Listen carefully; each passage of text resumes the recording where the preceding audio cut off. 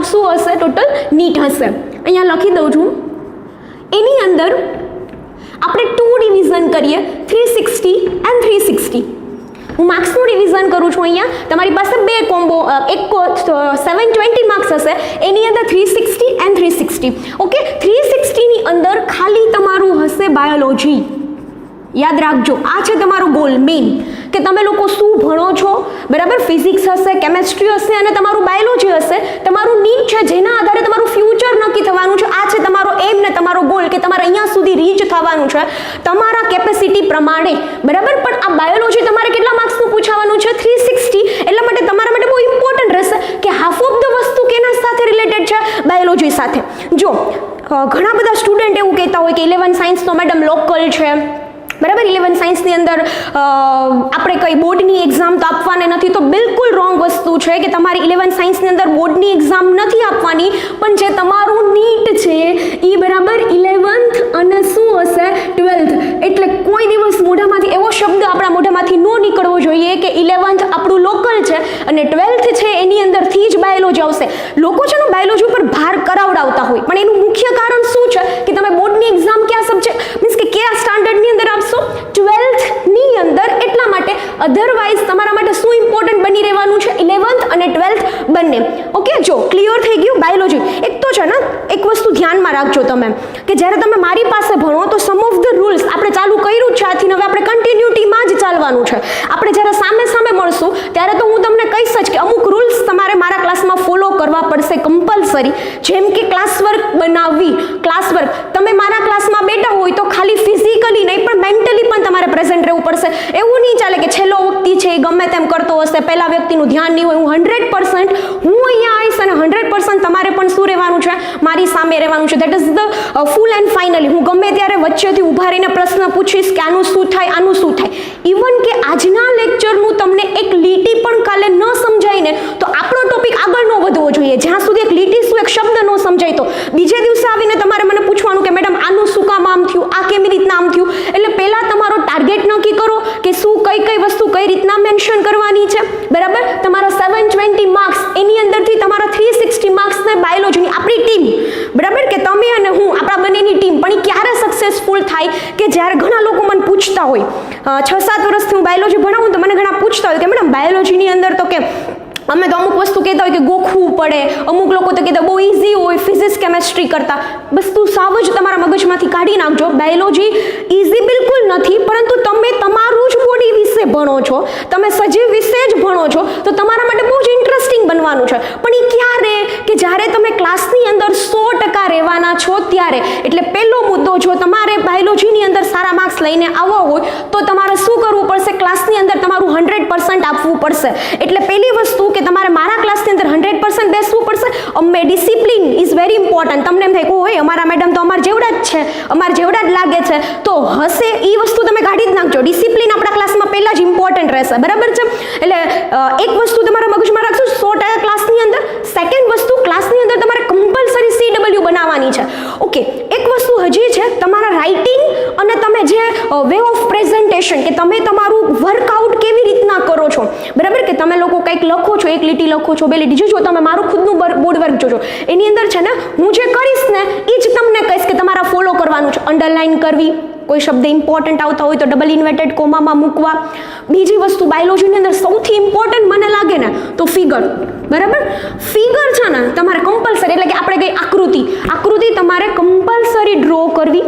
જ્યારે બોર્ડના paper check થતા હોય ને તો કોઈ પાસે એટલો બધો ટાઈમ ન હોય કે બધી વસ્તુ એક એક લીટી ચેક કરે. તો જ્યારે તમે ફિગર ડ્રો કરી છે ને એના ઉપરથી જ એને ખ્યાલ આવી જશે તરત જ કે અચ્છા આ વ્યક્તિને તો બધી વસ્તુ આવડે જ છે, અથવા જે આકૃતિમાં મેન્શન કર્યું છે એ જ એને શું મેન્શન કર્યું હશે? લખાણમાં, રાઈટ. તો આ વસ્તુ તમારા મગજની અંદર ક્લિયર કરીને રાખજો. ફિગરનું નામ નિર્દેશન એટલું સરસ રીતે કરવાનું, બધું નામ નિર્દેશન. માનો કે આ કોઈ ફિગર ડ્રો કરી છે તમે, આ લીવ્સ છે, બરાબર. તો તમે આનું નામ નિર્દેશન આ સાઈડ કરો છો, આ છે તો આનું નિર્દેશન કઈ રીતના કરો છો? આ સાઈડ. એટલે કે નામ નિર્દેશન બધું જમણી બાજુ અને શું હોવું જોઈએ? ડાબી બાજુ. ઉપર કરો ફ્રેમ પેક, જસ્ટ લાઈક, બરાબર કે તમારી ફિગર કમ્પ્લીટ થઈ ગઈ તો તમે એની અંદર શું કરો છો, એક ફ્રેમથી એને પેક કરો છો, નામ નિર્દેશ પહેલા ફિગર ડ્રો કરો. તમને એમ થાય કે મેડમ આ બધું આપણે 12થમાં જોઈ લેશું. અધરવાઇઝ તમે એવું વિચારતા હોય કે મેડમ આ બધી વસ્તુનો અત્યારે શું મતલબ, અથવા એવું કે મેડમ આવું બધું કરવા જોઈએ તો ટાઈમ ઘટે. જે વસ્તુની પ્રેક્ટિસ તમે 11th સાયન્સના પહેલા દિવસથી કરો ને એનો કોઈ ટાઈમ ઘટે જ નહીં. આ મારા અનુભવ ઉપરથી કહું છું, કેમ કે એ તમારે મગજમાં રાખવાનું જ નથી. તમે જેવી ફિગર ડ્રો કરશો ને તો આપોઆપ લેબલ થઈ જશે, ઉપર આપોઆપ શું થઈ જશે, ફ્રેમ પેક થઈ જશે. એટલે બીજી વસ્તુ, બાયોલોજીની અંદર તમારે અમુક કી પોઈન્ટ હોય ને એને પકડીને રાખવા પડશે. બરાબર છે, બાયોલોજીની અંદર તમારે અમુક કી પોઈન્ટને પકડીને જ રાખવા પડશે. જે અઘરું લાગે એને સહેલું બનાવો, ચાર્ટ ફોર્મમાં રિપ્રેઝન્ટ કરો. બરાબર, વારંવાર રિવિઝન કરો, એક પણ સિંગલ વસ્તુ ગોખો નહીં. બાયોલોજીનું એક ચેપ્ટર ટોટલ 11th અને 12th થઈને તમારે 38 ચેપ્ટર આવશે. કેટલા ચેપ્ટર આવશે? 38. 38માંથી એક લીટી એવી ન આવતી જે તમારે ગોખવી પડે. તમારા મગજમાં નાખ્યું હોય બધાએ કે બાયોલોજી તો ગોખવાનો સબ્જેક્ટ છે. બિલકુલ એવું નથી. જ્યારે આપણે સાથે હશું ત્યારે તમને ખબર પડશે કે એક પણ વસ્તુ ગોખવા જેવી નથી. સો નાવ ક્લિયર થઈ ગયું. 100% ક્લાસની અંદર રહ્યો છો તમે બધા, ક્લાસમાં ક્લાસ વર્ક બનાવો છો. હું આજે ભણાવેલું કાલે કમ્પલસરી પૂછીશ. એ ફૂલ એન્ડ ફાઇનલ વસ્તુ છે. આજે તમને ન સમજાય તો બીજા દિવસ આવીને પહેલાં જ તમે કહો છો કે આ વસ્તુ નથી સમજાતી. હજી એક વસ્તુ પર્સનલી કહી દઉં, જ્યારે તમે અત્યારે વિડીયો લેક્ચર જોતા હશો તો કાંઈ પણ નથી સમજાતું ને એક બુક પ્રિપેર કરો કે આ વર્ડ ન સમજાણો, આ લીટી ન સમજાણી, અથવા એવું શું રહી ગયું મારાથી કે જે મને ડાઉટ ક્લિયર કરા, ડાઉટ અંદર થાય છે તો તરત જ એને મેન્શન કરી નાખો, નોટમાં મૂકી દો કે ચલો મને આટલું નથી સમજાણું. બરાબર છે, તો તમે તમારું બેસ્ટ આપી શકો. એક એક લીટીને એક એક ચેપ્ટરને એટલું ઇમ્પોર્ટન્ટ આપજો. બરાબર છે, ચલો જો હવે આપણને તો ખબર પડી ગઈ કે 720 માર્ક્સનું તમારી 360 માર્ક્સ તમારા બાયોલોજીના હશે. ઓકે, પણ બાયોલોજીની અંદર ઘણા છોકરા બે વસ્તુ રાખીએ. ચલો આ એક 11th છે અને આ શું છે 12th. તો નીટ છે ને વધુ કેમાંથી પૂછાશે? 11th સાયન્સની અંદરથી, અને કમ્પેરેટિવલી એના કરતાં ઓછું કેમાંથી પૂછાશે? 12thની અંદરથી. હવે તમે તમારી રીતે વિચારી લેજો કે 11th છે એ લોકલ છે કે નથી. એમાં પણ તમે જ વિચારો, નંબર ઓફ ચેપ્ટર કેટલા છે? 22 ચેપ્ટર ઇન 11th સાયન્સ, અને આની અંદર ઓનલી કેટલા ચેપ્ટર છે? 16 ચેપ્ટર. બરાબર છે, તો તમારી પાસે આ કોમ્બો હશે 22 ચેપ્ટરનો અને એક કોમ્બો હશે 16 ચેપ્ટરનો. ટોટલ તમારી પાસે 38 ચેપ્ટર છે, અને એ છે તમારું ફાઇનલી તમારું નીટ અને તમારો ગોલ 360 માર્ક્સનો. બરાબર, જો નીટ કેવી વસ્તુ છે, તમે 5000 MCQ સોલ્વ કર્યા હોય ને કદાચ 5001માં પૂછાય. બરાબર, પણ તમે જ્યારે 5000 MCQ સોલ્વ કરશો ને ત્યાર સુધી તમારું બ્રેઇન લેવલ કે તમારું જે ટોપિકને સમજવાની જે રીત હશે ને એ સાવ બદલાઈ ગઈ હશે. એટલે તમને 5001માં પણ ઇઝીલી સોલ્વ કરશો. બરાબર છે, કોઈ પણ ટોપિકની અંદરથી નીટ આવે સીધો MCQ કોઈ દિવસ હશે જ નહીં. ચલો એક વસ્તુ વિચારીએ, ચલો રિસન્ટનો જ એક વિચારીએ આપણે કે નીટની અંદર બાયોલોજી કોરોના.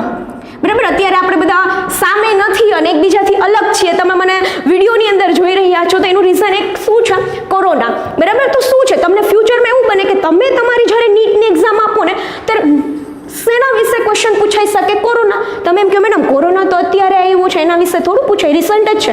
જો એક તો કોરોના છે ને એ એક પ્રકારનું વાયરસ છે. આ હું તમને એટલા માટે સમજાવું છું, તમને ખબર પડે કે નીટની અંદર કયા કયા પ્રકારના ક્વેશ્ચન આવી શકે, કેવા આવી શકે. બરાબર, અને કઈ રીતના પૂછાઈ શકે અને તમારો એને કઈ રીતના લેવાનો છે. કેમ કે તમારી પાસે છે ને ટાઈમિંગ હશે. તમારે બાયોલોજીની અંદર ટોટલ 360 માર્ક્સ હશે અને 90 MCQ હશે. કેટલા MCQ હશે? 90 MCQ, અને એની અંદર 4 માર્ક ઓફ ઈચ. એટલે કે દરેક ક્વેશ્ચન માટે કેટલા માર્ક છે? 4 માર્ક. એટલા માટે તમારી પાસે એવો જો એક તો ફિઝિક્સમાં છે ને કે કેમેસ્ટ્રીમાં તમારે થોડુંક મે બી બની શકે કે વધારે ટાઈમ જોઈએ. બરાબર, તો તમારે બાયોલોજીની અંદર એ ટાઈમને શું કરવો પડશે? ગમે એ રીતના કન્ઝ્યુમ કરો કે જેથી કરીને ઓછા ટાઈમમાં અંદર તમે પસાર કરી શકો. જો એક આપણે ઉદાહરણ લઈએ કે કોરોના. બરાબર, તો કોરોના એક પ્રકારનો શું છે? વાયરસ. આઈ થિંક તમને બધી વસ્તુ સમજાઈ ગઈ છે. હું આ રિમૂવ કરું છું. નીટ છે 720 માર્ક્સનું 360. આપણે આની તરફ નહીં જઈએ. આપણી ટીમ, તમારી અને મારી ટીમ શેની ઉપર ફોકસ કરશું? આપણે 360 માર્ક્સ ઉપર. બાયોલોજી 11th અને 12th. 11th લોકલ નથી. બરાબર છે, 11th માંથી નીટ વધારે પૂછાશે અને 12th ની અંદરથી નીટ કેવું પૂછાશે? ઓછું પૂછાશે. બરાબર છે, એટલે આ વસ્તુ પણ તમારા મગજની અંદર ક્લિયર રાખજો. 11th આપણે અત્યારે આના માટે જ મળ્યા છીએ 22 ચેપ્ટર માટે. હું તમને સમજાવી દઉં છું કે કઈ રીતના કે આખું એક ગ્રુપ પાડી દીધું છે. બરાબર, પણ હું તમને એક ઉદાહરણ આપી દઉં કોરોના વિશેનું. બરાબર, તમને રિસન્ટના ટોપિક ઉપરથી કઈ રીતના કઈ વસ્તુ પૂછાઈ શકે.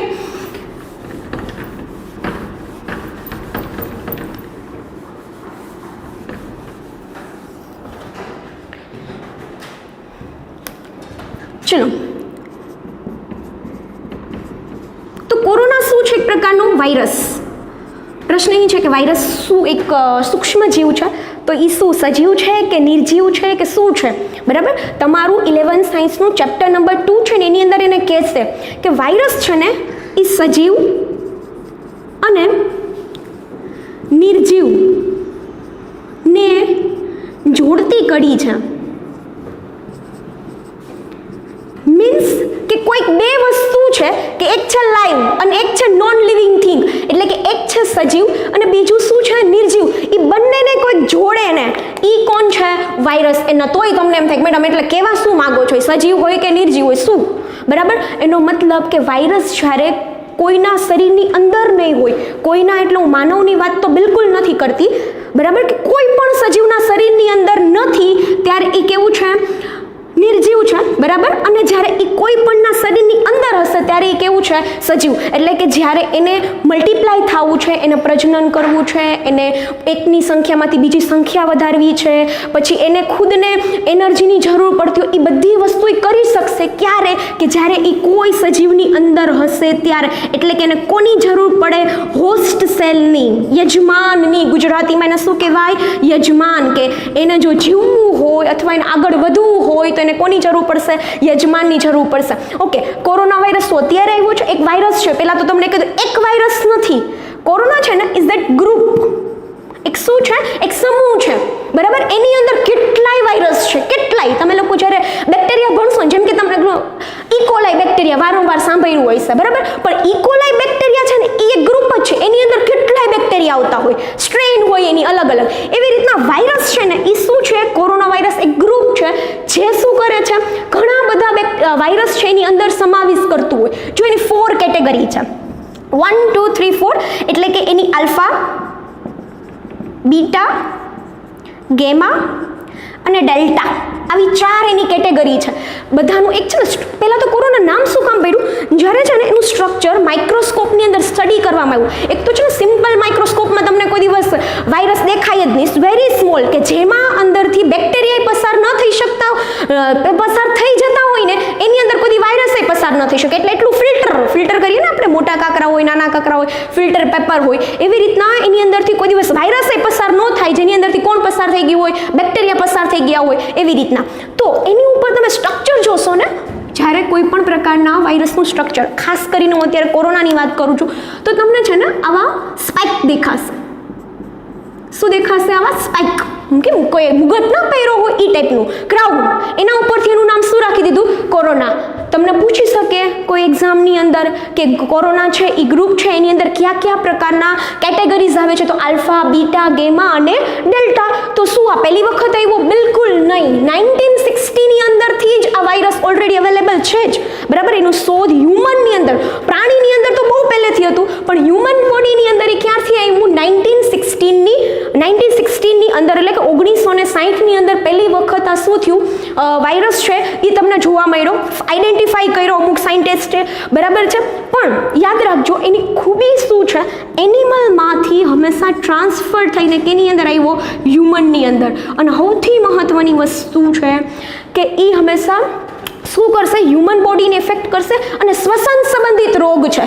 શ્વસન સંબંધિત રોગ એટલે કે જે શ્વાસોશ્વાસની ક્રિયામાં તમને શું પહોંચાડતું હોય? તકલીફ પહોંચાડતું હોય, જેમ કે દમ, અસ્થમા, ન્યુમોનિયા. બરાબર છે, તો એ બધી વસ્તુ કેવા છે? રિલેટેડ ટુ અવર શ્વાસોશ્વાસ પ્રોસેસ, રાઈટ? સો આ પણ એક એવું છે કે જે તમને કોરોના વાયરસ તમારા શ્વસન તંત્રને ઇફેક્ટ કરશે. તમારા બોડીના કયા પાર્ટને? તો કે લંગ્સને, તમારા જે ફેફસા હોય ને એને શું કરી દેશે? એક તો એની અંદર વાયુ કોષ્ઠ હોય. 10મા ધોરણની અંદર તમે વાયુ કોષ્ઠો શું છે એ સમજી ગયા છો. તો એને શું કરશે? ફેફસાનો સોજો આવી જશે, શ્વાસોશ્વાસમાં તકલીફ થશે, નાકમાંથી પાણી વહેશે. પણ આ બધી વસ્તુ ક્યારેથી છે? એવું બનીએ કે તમને મને કદાચ ઘણા થયો હોય પણ મટી જાય, કેમ કે આપણી પાસે આપણી ખુદની ઇમ્યુન સિસ્ટમ છે, ખુદની શું છે? રોગ પ્રતિકારક શક્તિ. બરાબર, તો આ થઈ ગયું હોલ કોરોના વાયરસ. જ્યારે આપણે સામે મળશું ત્યારે હું તમને એટલું કહીશ ને, 1 કલાક આપણે કોરોના માટે આપશું. બરાબર, પણ હું તમને આના ઉપરથી એટલું સમજાવવા માંગતી હતી કે જે આ નીટ છે એની અંદર તમારો રિસન્ટ ટોપિક છે, કે જે રિસન્ટ વસ્તુ, આવું હિસ્ટ્રી બની ગઈ કે સ્ટુડન્ટ્સને આટલી બધી રજાઓ મળી અને સાથે સાથે ટીચરને પણ. બરાબર, તો શું કામ સામે નથી અને આટલા દૂરથી આપણે ભણીએ છીએ? એનું કારણ આ છે. તો તમને આના લગતા પણ કોઈ ક્વેશ્ચન પૂછાઈ શકે, બરાબર. બહુ બધી વસ્તુ છે, બહુ એટલે બહુ. અમે તમને સિમ્પલ થિંગ્સ સમજાવવાનો પ્રયત્ન કર્યો. હવે છે ને આપણે ટોટલી આપણા બાયોલોજી તરફ આગળ વધીએ. Okay,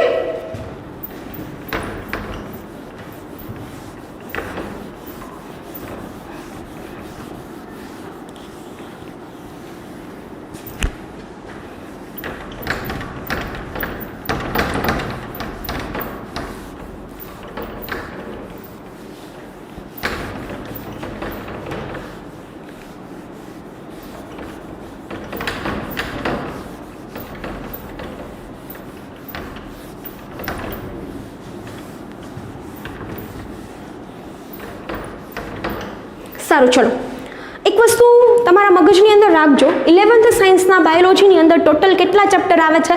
22 chapter.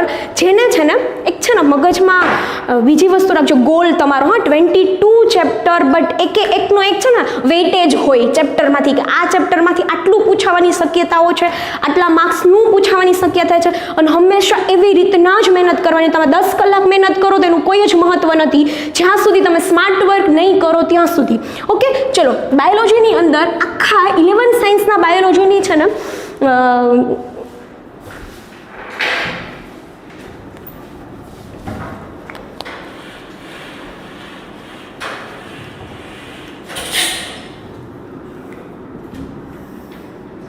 ટોટલ 5 ગ્રુપમાં એને ડિવાઈડ કરી દીધું.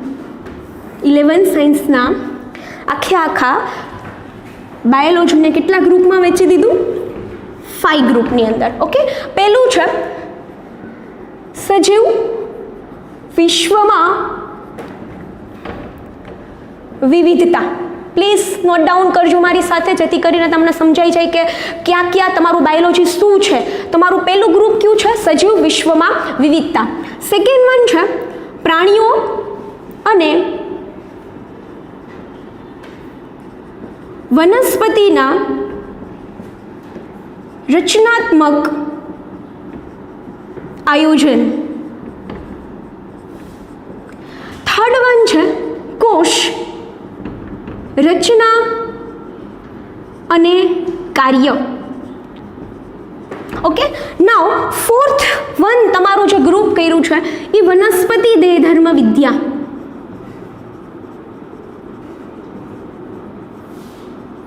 અને તમારું જે ફિફ્થ વન છે, બરાબર, એ છે પ્રાણીઓની દેહધર્મ વિદ્યા. ઓકે, આ તમારા શું થઈ ગયા? બાયોલોજીના. તમે જ્યારે ઇન્ડેક્સ ઓપન કરશો ને તેની અંદર તમારા આખા બાયોલોજીને કેટલામાં વહેંચી દેશે? આવા 5 ટોટલ ગ્રુપ હશે. પહેલું મેં શું કીધું? સજીવ વિશ્વમાં વિવિધતા. સેકન્ડ કયું કીધું? વનસ્પતિ અને પ્રાણીઓની રચનાત્મક આયોજન, બરાબર. ત્રીજું કીધું કોષ, રચના અને કાર્ય. ફોર્થ વન છે વનસ્પતિના દેહધર્મ વિદ્યા. અને લાસ્ટ વન છે એટલે કે ફિફ્થ વન છે તમારું, એ શું છે? પ્રાણીઓની દેહધર્મ વિદ્યા. ઓકે, ચલો, મેં તમને ટોટલ કેટલા ચેપ્ટર કીધા હતા? 22 ચેપ્ટર. એની અંદરથી આની અંદર આવશે તમારા ટોટલ 4 ચેપ્ટર. આની અંદર હશે તમારા ટોટલ 3 ચેપ્ટર. આની અંદર પણ હશે તમારા 3 ચેપ્ટર. આની અંદર તમારા હશે 5 ચેપ્ટર, બરાબર. અને આની અંદર હશે તમારા ટોટલ 7 ચેપ્ટર.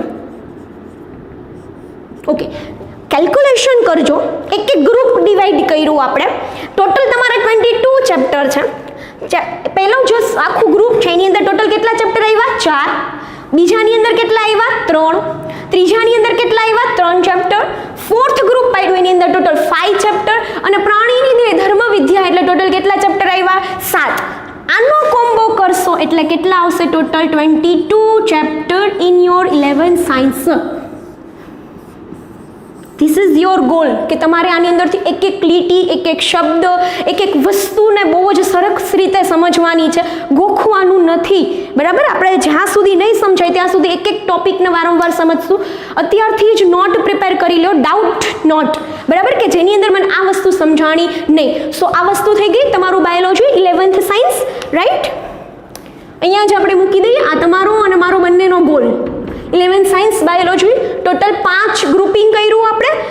4, 3, 3, 5 અને 7 total 22 chapter in your 11th science text book. Okay, ચલો હવે આપણે છે ને ક્યાંથી શરૂઆત કરશું?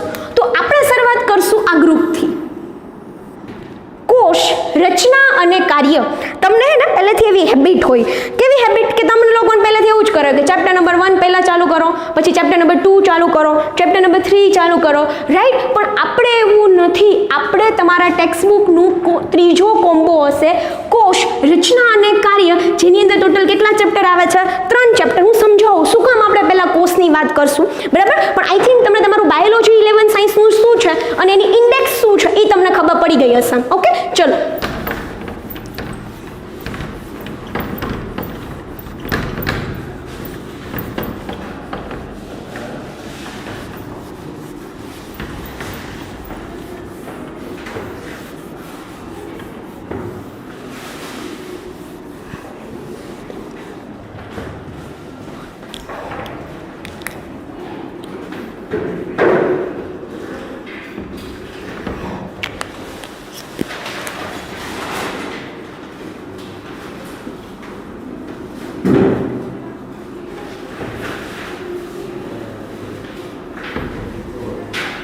સારું, ચલો.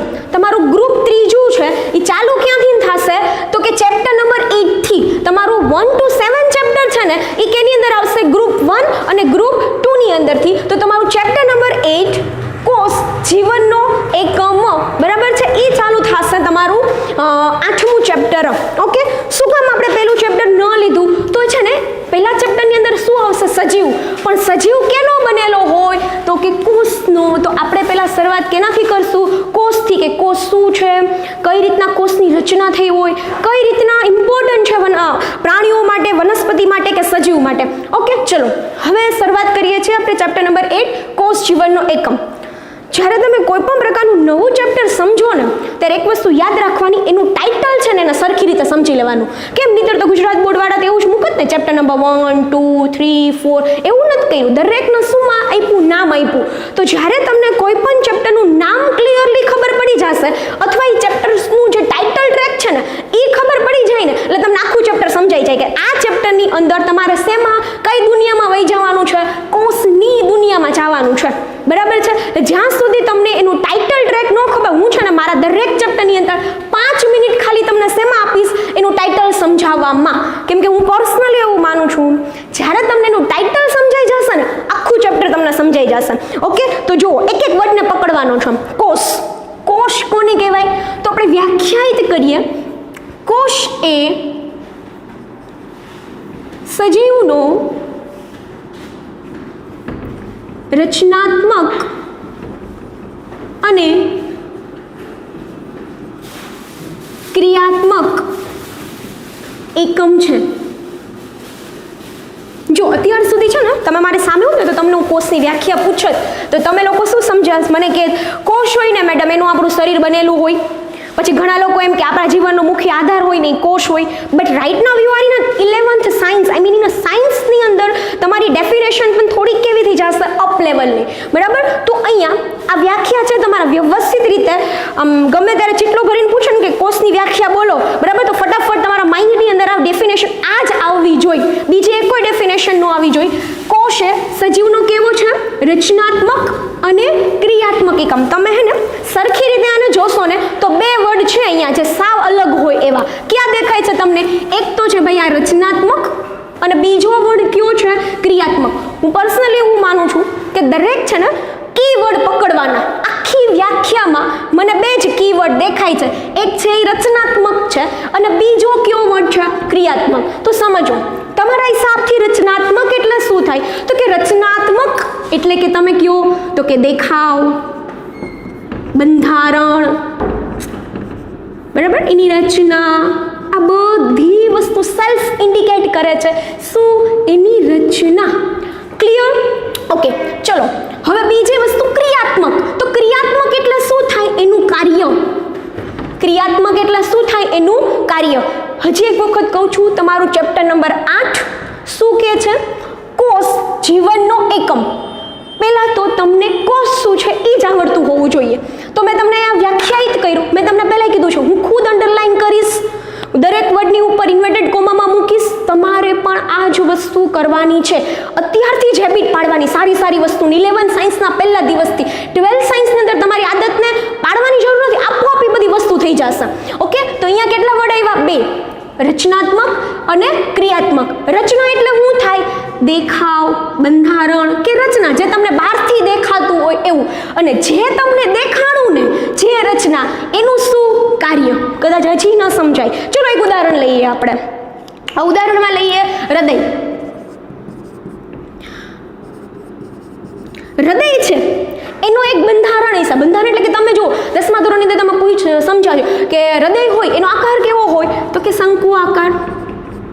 તો થઈ ગઈ ને એની રચના, કે આપણા શરીરમાં એક એવો એકમ છે કે જે શું આપે છે? શંકુ આકાર આપે છે, બરાબર. અને એનું ચોક્કસ કાર્ય, રુધિરનું કાર્ય હૃદયનું કાર્ય હું તમને પૂછત, બટ હવે હું કહું છું કે શું છે હૃદયનું કાર્ય? એક તો એના શેપ આપ્યો, બરાબર, કોણે?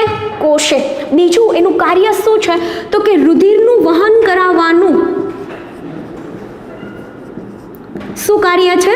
રુધિરનું વહન કરાવવાનું. સેકન્ડ વસ્તુમાં જાઓ. ચલો બીજું એક ઉદાહરણ લઈએ, મૂત્રપિંડ.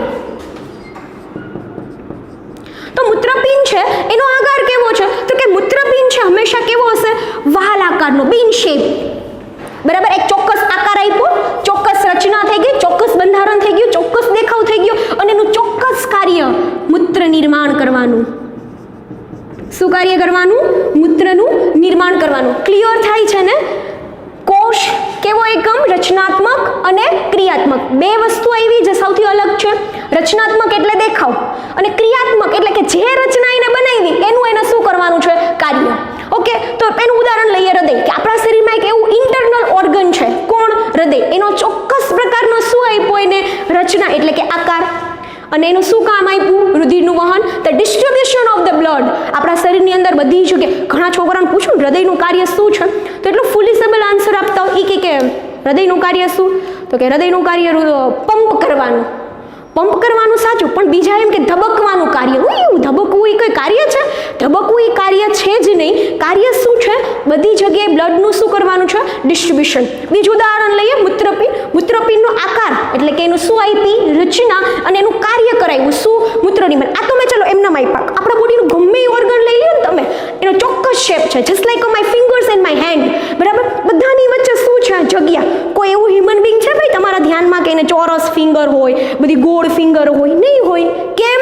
એનું કારણ શું? કે બધાની વચ્ચે એવી એક રચના બનાવી કે આ જ ટાઈપનો મારો હેન્ડ હશે. મારો મીન્સ કે ઓલ હ્યુમન બીંગ્સનો, બરાબર. તો ચોક્કસ રચના અને એનું કાર્ય કે હું કોઈ વસ્તુને શું કરી શકું છું? હોલ્ડ કરી શકું છું, પકડી શકું છું. તો એક થઈ ગયું મારી આંખો. કોઈને છે ભાઈ ત્રિકોણ આંખો, ચોરસ આંખો, લંબચોરસ આંખો, ષટકોણ? નહીં. બધાનું એક શું છે? શેપ, દેખાવ, બરાબર. અને જોવાનું કાર્ય કરે. નાકનો શેપ. અરે તમે કયો આખું બોડી, ઇન શોર્ટ કે આપણું આખી બોડીની શું કરાવે છે? રચના. અને આખી બોડીની જે પણ એને રચના કરાવી એનું એ શું કરાવશે? કાર્ય. એ તમારો કોષ.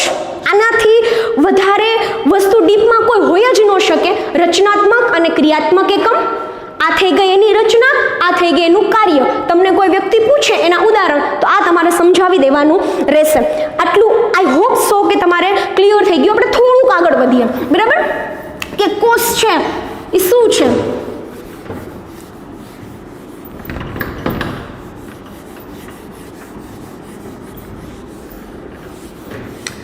ચલો કોષની છે ને આપણે ફિગર ડ્રો કરશું, but not in this lecture. But હું તમને સિમ્પલ કહું કે ચલો કોષ ડ્રો કરો, તો બટ ઓબ્વિયસલી તમારા માઇન્ડની અંદર શું આવશે? આ કોષ અને એનું આ કોષ કેન્દ્ર. આપણે બહુ ડીપમાં જશું. અત્યાર સુધી તમે લોકોને બહુ સ્મોલ થિંગ્સ ખબર હોય, પણ જ્યારે તમે આ ચેપ્ટર ભણશો ને તેની અંદર વયા જ જવાના છો, એ પાક્કું જ છે, બરાબર. અને સૌથી ફેવરેટ ચેપ્ટર તમારું બની જશે કયું? ચેપ્ટર નંબર તમારું 8મું, કોષવાળું.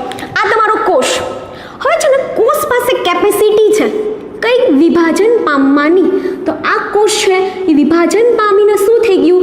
2 કોષમાં ફેરવાઈ ગયા, બરાબર છે. આ કોષ પાસે પણ આવી કેપેસિટી હશે, તો એ પાછા શેમાં ફેરવાઈ ગયા? જો આ પ્રશ્ન એમ થાય મેડમ તમે પાછું શું ચાલુ કર્યું? સમજાવું છું. મેં તમને એમ કીધું કે આપણા બોડીની રચના કરે, આપણા બોડીને ચોક્કસ કાર્ય કરાવે. કઈ રીતના ભાઈ રચના કરે, કઈ રીતના કાર્ય કરે? તો આ સમજાવવા ઉપરથી સમજાવું કે કઈ રીતના એ રચના કરે અને કઈ રીતના એ શું કરાવશે? કાર્ય. તો આ એક કોષ છે. કોષે શું કર્યું? ડિવાઈડ કરીને એક કોષમાંથી કેટલા કોષ બની ગયા? 4. Okay, then after same process યો ઓકે, અહીંયા તમને શું દેખાય છે? કોષ સતત વિભાજન પામી અને કોષની સંખ્યામાં શું કરે છે? વધારો. તો અહીંયા અત્યારે હતું એ શું હતું? કોષ. પણ હવે જ્યારે 1 2 3 4 મીન્સ કે ધ ગ્રુપ ઓફ કોષ ઇઝ કોલ્ડ ધ પેશી. એટલે એને શું બનાવ્યું? કોષ કન્વર્ટેડ ઇન્ટુ પેશી. સમજાય છે કે નથી સમજાતું આટલી વસ્તુ? એક કોષ છે જે આપણા શરીરની રચના કરે છે, આપણા શરીરની ક્રિયા કરે છે. કઈ રીતના રચના કરે છે? તો કોષ એની પાસે કઈ કેપેસિટી છે? કોષ વિભાજનની, એટલે કે ડિવાઈડ કરવાની કેપેસિટી છે. તો એમાંથી 2 કોષ બન્યા, 2 કોષમાંથી પાછા 4 બન્યા. તો કોષનો સમૂહ એ લખી દઉં છું, કોષનો સમૂહ શું બની ગયો ભાઈ? તમારી પેશી. ઓકે, હજી આગળ વધીએ. It is a number of things that your, બરાબર? તો એટલે કે અહીંયા પેશી છે, તો પેશીના સમૂહને શું કહેવાય? હવે હું છે વારંવાર કોષ નથી ડ્રો કરતી, પણ તમને સમજાઈ જશે કે કોષ ભેગા મળીને શું બનાવ્યું? પેશી. એવી રીતના પેશી ભેગી મળીને શું બનાવશે? અંગ. શું બનાવશે? અંગ. અને જ્યારે અંગ ભેગા મળીને શું બનાવશે? અંગતંત્ર. અને અંગતંત્ર ભેગા મળીને શું બનાવશે? દેહ. હવે તમને સમજાવું? આપણે હવે છે ને તમારું ચેપ્ટર જ્યાંથી ચાલુ થયું હતું ત્યાં આવશે કે મેં તમને કીધું હતું કોષ સજીવના જીવનનો એકમ, પાયાનો એકમ. તો દેહ શેનું બનેલું છે? અંગતંત્ર. રિવર્સમાં ગાડી ચલાવીએ છીએ આપણે. અંગતંત્ર અંગનું. અંગ શેના બનેલા હોય? તો કે પેશીનું. અને દરેક પેશી શેની બનેલી છે? કોષની. પાછી રિવર્સમાં ગાડી ચલાવો. કોષ ભેગા મળીને શું બનાવે? પેશી. પેશી ભેગી મળીને શું બનાવે? અંગ ભેગા મળીને શું બનાવે? અંગતંત્ર. અને અંગતંત્ર ભેગા મળીને શું બનાવે? દેહ. હું અહીંયા કોઈ પણ પ્રકારના માનવના દેહની વાત કરતી નથી, બરાબર? હું અહીંયા ઓલ સજીવ કે જે છે કોષનું જ બનેલા છે બધા સજીવ એની વાત કરું છું. કદાચ છે ને તમને પેશી સુધી સમજાય છે. જેમ કે તમે લઈ લો હૃદય, તો હૃદય ઘણા બધા પેશીઓનું બનેલું હોય, જેમ કે હૃદ પેશી તમે ભણશો 11 સાયન્સની અંદર જ ભણશો, બરાબર? પણ અંગતંત્ર, એક્ઝામ્પલ લઈએ તમારું પાચન તંત્ર, રુધિરાભિસરણ તંત્ર,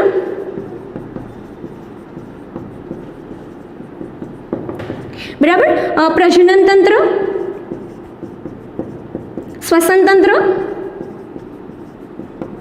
ચેતાતંત્ર, અંતઃસ્ત્રાવી તંત્ર. કદાચ એકાદું રહી ગયું હોય, પાચન તંત્ર, રુધિરાભિસરણ તંત્ર, ઉત્સર્જન તંત્ર. આ બધા એવા તંત્રો છે. જોયું અહીં પાછળ કયો વર્ડ આવ્યો? એક વર્ડને પિકઅપ કરજો. મેં લેક્ચર ચાલુ થયું હતું ત્યારે જ તમને કીધું હતું કે બાયોલોજી છે ને એની અંદર તમારે એક વર્ડને શું કરી લેવાનો? પિકઅપ કરી લેવાનો. શું કામ ન સમજાય? શું કામ ગોખવું પડે? કાંઈ ન ગોખવું પડે. તમે સમજો અંગતંત્ર તો બધા તંત્ર જોયું. હવે આમાંથી મને એક તંત્ર એવું કહો કે ભાઈ મેડમ મારા બોડીની અંદર આ તંત્ર ન હોય ને તો હું જીવી શકું, અથવા મારા બોડીની અંદર હાલે કાંઈ પ્રોબ્લેમ જ ન થાય, કયો મને? એક તંત્ર એવું નહીં હોય. આનો મતલબ કે આ બધા જ તંત્ર ભેગા મળીને શું બનાવવાના છે? તમારું દેહ.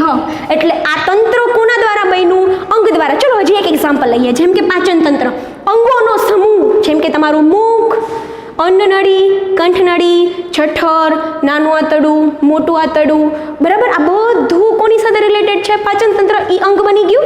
અંગ છે એ કોનું બનેલું છે? પેશીનું. અને પેશી કોની બનેલી છે? કોષની. So that is the all scenario of the કોષ.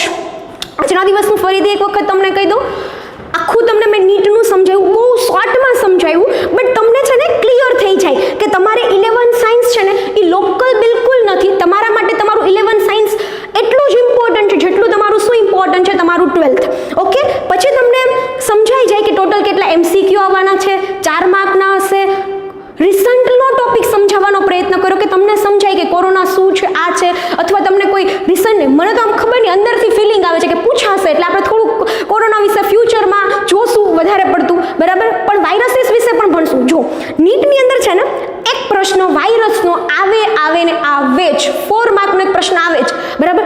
બની શકે કે તમારે એના રિલેટેડ જ કોઈ પ્રશ્ન પૂછાઈ જાય. તો એ સમજી લીધું. તમારા ટોટલ 22 ચેપ્ટર છે, તો એને કેટલા ગ્રુપમાં વહેંચ્યા? 5 ગ્રુપમાં. અને 5 ગ્રુપની માહિતી મેં તમને આપી દીધી. એમાંથી આપણે કેટલામું ગ્રુપનું ઉપાડી લીધું? એમાંથી ત્રીજું ગ્રુપ ઉપાડ્યું. એની અંદર ટોટલ 3 ચેપ્ટર આવવાના છે. અને એની અંદર કયું ચેપ્ટર? ચેપ્ટર નંબર 8, કોષ જીવનનો એકમ. ઓકે, કોષની વ્યાખ્યા જોઈ લીધી. રચનાત્મક અને ક્રિયાત્મક એકમ. રચનાત્મક એટલે શું થાય એ સમજી ગયા, ક્રિયાત્મક એટલે શું થાય એ સમજી ગયા વિથ એક્ઝામ્પલ્સ. ઓકે, પછી તમે સમજ્યા કે કોષ છે એ પાયાનો એકમ છે, તો ભાઈ બોડીને બનાવે કેવી રીતના, બરાબર? તો આપણા શરીરની અંદર કોષ હોય, પેશી બનાવે. કઈ કઈ પ્રક્રિયા મેં કીધી, બે વ્યાખ્યા છે ને. આપણે ફ્યુચરમાં આપણા નેક્સ્ટ વિડીયોની અંદર સૌથી પહેલા શરૂઆત કરશું કોષ વિભાજન, અને એક ટર્મિનોલોજી હશે કોષ વિભેદન. હું છે ને અમુક વસ્તુ તમને ઇંગ્લિશમાં કહેતી જઈશ, જેથી કરીને તમારી ઇંગ્લિશની ટર્મિનોલોજી પણ ક્લિયર થઈ જાય. કોષ વિભાજન, સેલ ડિવિઝન, કોષ વિભેદન, સેલ ડિફરન્શિએશન. બહુ ટેન્શન નથી લેવાનું એનું હોય આવું થઈ ગયું એમ, એવું નહીં, બટ ખાલી માઇન્ડમાં રાખવાનું, જેથી કરીને ફ્યુચરમાં કોઈક આવું કોલેજના પહેલા વર્ષમાં ગયા હોય તેમ કે સેલ ડિવિઝન ભણવાનું છે, સેલ સાયકલ, ઓલું આપણને આખું આવડતું પણ આમ ડરી જાય, ઓહો આ તો ઇંગ્લિશ નામ છે, તો એવું કંઈ હાવ રાખવાની કે ડરવાની જરૂર નથી. એટલે બસ યાદ રહે તો ઠીક છે, અધરવાઇઝ તમારું મગજ છે ને એને રિકોલ થઈ જ જશે જે તે સમય આવશે ત્યારે.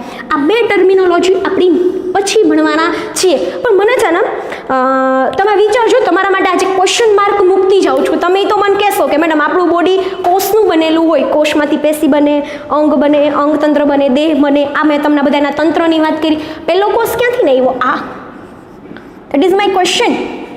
એ તો વાત થઈ ગઈ કે કોષ છે, પેશી, અંગ, અંગતંત્ર, દેહ બન્યું, બરાબર છે. તો પણ આ પહેલો કોષ ક્યાંથી નહીં આવ્યો? તમારી સામે હોત ને તો હું તમને આ વસ્તુ દરેકને પૂછત કે ફર્સ્ટ સેલ ક્યાંથી આવ્યો, કેવી રીતના પહેલો કોષ બન્યો. એ આપણો નેક્સ્ટ ટોપિક હશે, બરાબર? તમને બાકી તો આ સિનારીઓ ખબર પડી ગઈ, બરાબર છે. પણ તમને એ ખબર પડતી હોવી જોઈએ કે કોષ છે એ ફર્સ્ટ સેલ. બાકી તો તમને ખબર છે કોષ વિભાજન થશે, આમાંથી પેશી બનીને આ બનીને બધું બનશે, પણ આ પહેલો કોષ ક્યાંથી નહીં આવ્યો? કંઈક તો હશે ને કે તમે પણ એવી થિયોરિકલ, આપણે છે ને ઉત્ક્રાંતિવાળું ચેપ્ટર આવે છે, ઉત્ક્રાંતિવાળા ચેપ્ટરની અંદર કે સજીવ ક્યાંથી બન્યા કે ઉપરથી ભગવાને આપી દીધા, બરાબર? આવી થિયોરી રિયલી તમારી ટેક્સ્ટબુકની અંદર પણ છે કે કુદરતમાંથી ઉપરથી કંઈક આકાશમાંથી પડ્યું, ભગવાને તથાસ્તુ કીધું. પણ આપણે અત્યારે એવું બિલકુલ નથી ભણવાનું કે કોઈ તથાસ્તુવાળું, બરાબર? કે આ કોષ ક્યાંથી આવ્યો. તો આપણા આજનો લેક્ચર છે ને કમ્પ્લીટ કરીએ છીએ, બટ તમારા માટે આ ક્વેશ્ચન છે, આનો આન્સર હું તો આપીશ જ, પણ તમે પણ તમારી રીતે વિચારજો કે ફર્સ્ટ સેલ છે એ કેવી રીતના બન્યો. પૃથ્વી ઉપરની વાત નથી કરતી હો, એક મનુષ્ય બનતો હોય તો એની અંદર ફર્સ્ટ સેલ ક્યાંથી બન્યો તેની વાત કરું છું. ઓકે, તો અહીંયા સુધી રાખીએ. કાંઈ બી વસ્તુ ન સમજાતી હોય તો પછી આપણે એનું ડાઉટ સેશન રાખશું, જેથી કરીને આપણે સમજી શકીએ. પણ આટલી વસ્તુ સાથે જ કરતા રહેવી. ઓકે.